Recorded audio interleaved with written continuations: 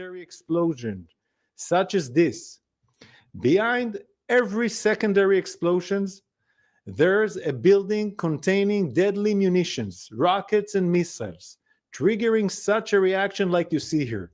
It is likely that some of the casualties are from these secondary explosions. Here you can see a house used by Hezbollah to store its weapons. In the footage here following our strike on the weapon, secondary explosions can be clearly seen, and a rocket fired and hit a nearby house. Let me be clear. Hezbollah is responsible for this situation. This is Hezbollah's plan to turn southern Lebanon into a battlefield for its attacks on Israel. We cannot accept terrorist groups storing weapons inside people's homes, using them to fire at other civilian communities. The international community must condemn Hezbollah's grave violation of international law and actions that endanger civilians on both sides of the border. The IDF makes vast efforts not to hit civilians and make every effort to mitigate harm to civilians during operational activity. Regarding the high number of casualties, everyone is a tragedy in Lebanon. Among those killed were a large number of Hezbollah terrorists who were next to the weapons that we targeted.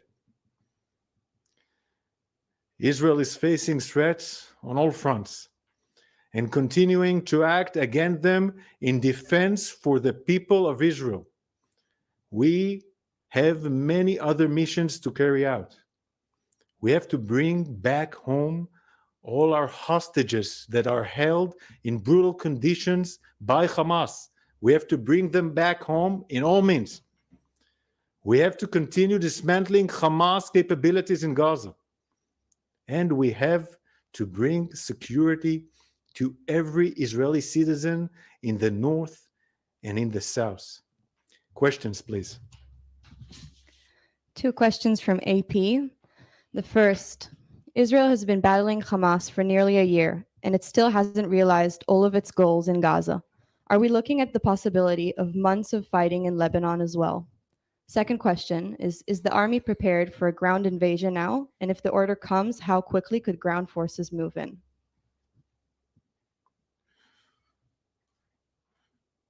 Israel has been battling Hamas, this is true, for a year.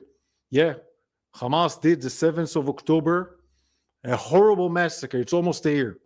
We have to fight and dismantle Hamas and enduring defeat to Hamas. There is no other way. To make sure there is security in our borders and to bring back home all our hostages in all means.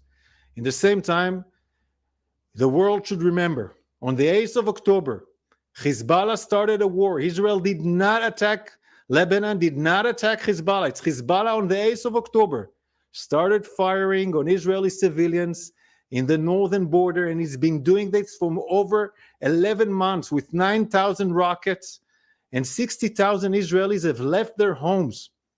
We have to act to stop the threat of Hezbollah. Hezbollah was planning to do a larger scale of massacre than the 7th of October in the northern Israel. And we will have to make sure that in any one of our borders, we are safe and there is no threat of a 7th of October in any one of our borders, never again. Is the army prepared? Yes, the army is in full readiness, and we will do whatever is necessary to bring back home all our citizens to the northern border safely. Question from CNN. The cabinet has declared a special situation nationwide. Rockets have been fired at Haifa today and near Tel Aviv. You've killed hundreds in Lebanon. Is Israel prepared for a third Lebanon war?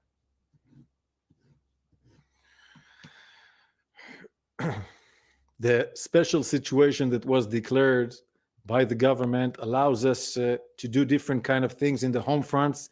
We still haven't changed the policy yet. And we are looking and observing the situation continuously all along the day, and we will do that also tomorrow. We have to make sure that we provide safety safety for our citizens. And we will do that also in attack and in defense as well. And then we have to say that the resilience of Israelis is what gives us a lot of power in the IDF to keep on doing attack and defense and doing all this war for many, many months. The resilience of the Israelis is strong, and we are ready to face whatever it needs for the future. And regarding the condition of the third Lebanon war, we are not looking for wars. We are looking to take down the threats, and there will not be a 7th of October threat in the northern border.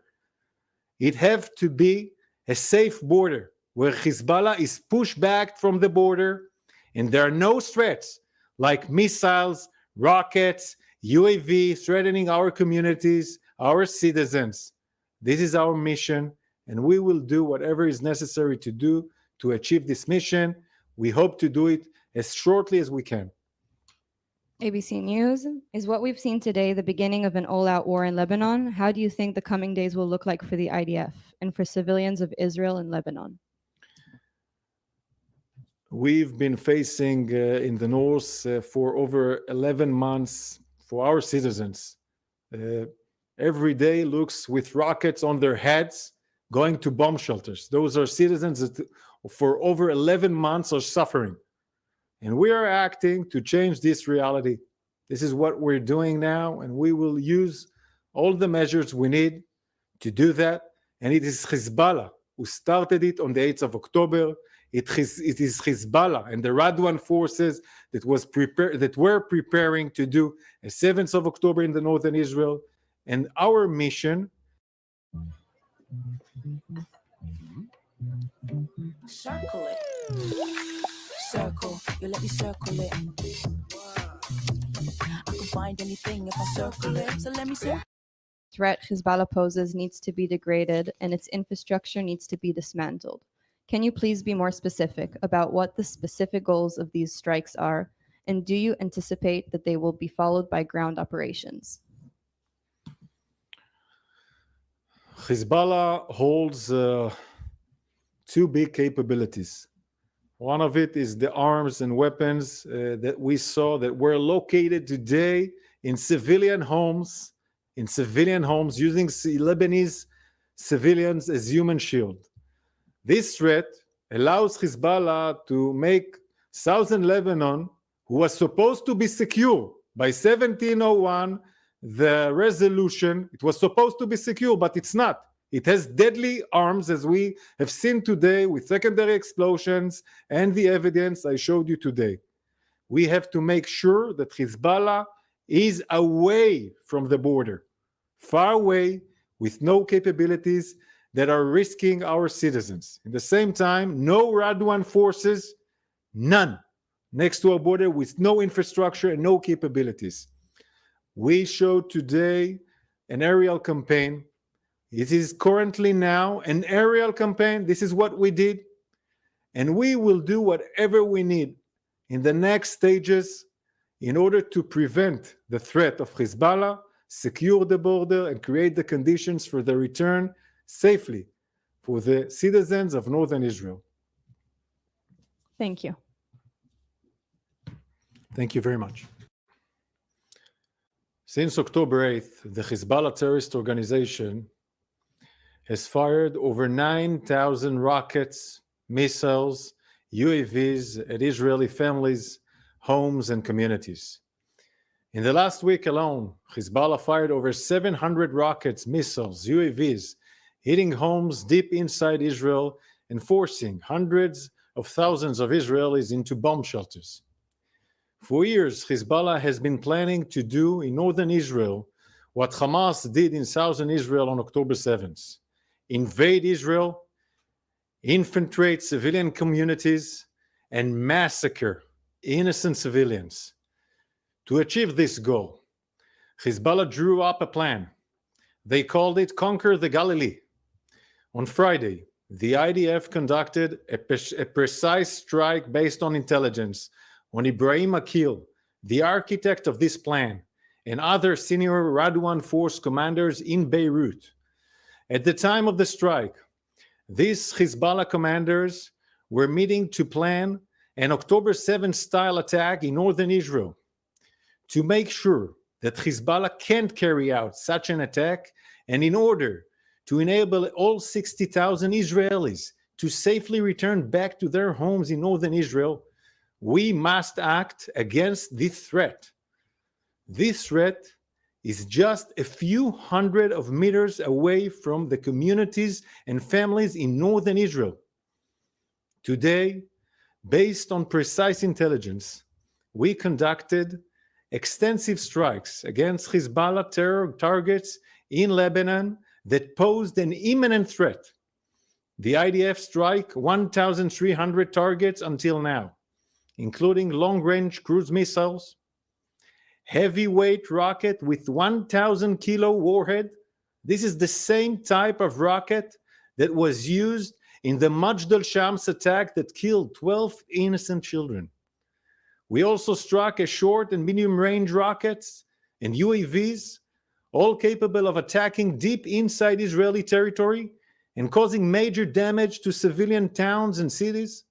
As part of our efforts to mitigate harms to civilians, we provided advance warning to civilians in specific villages in Lebanon where Hezbollah embedded its military assets and weapons and warned them to move out of harm's way. However, even as we called on civilians to move away from danger, we saw that Hezbollah operatives were doing the opposite and acted to prevent civilian moving safety. This is because Hezbollah uses civilian population and civilian homes as a human shield for its terrorist activities. Today, we exposed this strategy, showing how Hezbollah uses civilian homes as a cover for their deadly weapons. In these images, you can see how Hezbollah hides long-range rockets with range of hundreds of kilometers inside the attic of a house in the heart of Khumin al-Takhta village in southern Lebanon.